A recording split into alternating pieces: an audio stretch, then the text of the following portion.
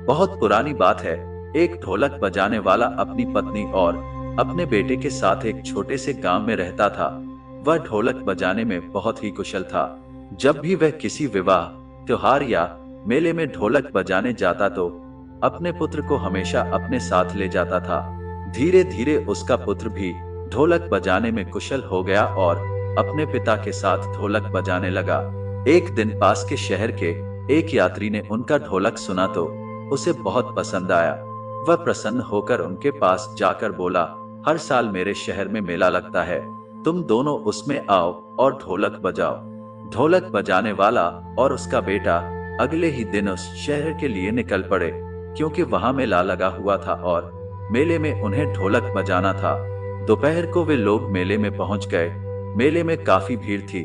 दूर दूर से लोग मेले में आए हुए थे।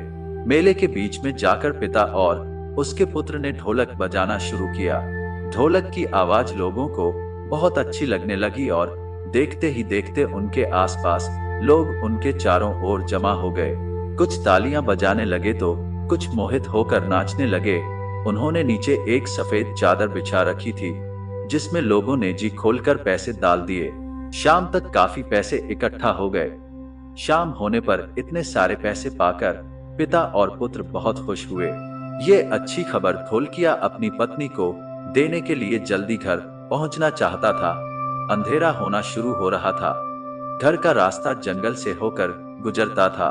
उस जंगल में डाकुओं का भी बसेरा था।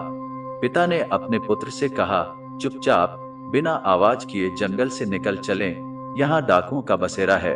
मेले में सफलता के कारण पुत्र कुछ ज्यादा ही आश्वस्त हो गया था। उसने कहा, हम लोग ढोल बजाते हुए ही जंगल से जाएंगे, इससे डाकू भी डरकर दूर ही रहेंगे। वह जोर से ढोल बजाते हुए जंगल से गुजरने लगा। पिता के बार बार शांत रहने के अनुरोध पर भी उसने जरा सा भी ध्यान नहीं दिया। डाकुओं ने जंगल में ढोल की आवाज सुनी तो उन्हें लगा कि कोई बड़ा काफिला जंगल से गुजर रहा है। उन्होंने पेड़ों के पीछे छुपकर खोजबीन शुरू कर दी। उन्हें केवल ढोलकिया और उसका बेटा ही दिखाई दिया।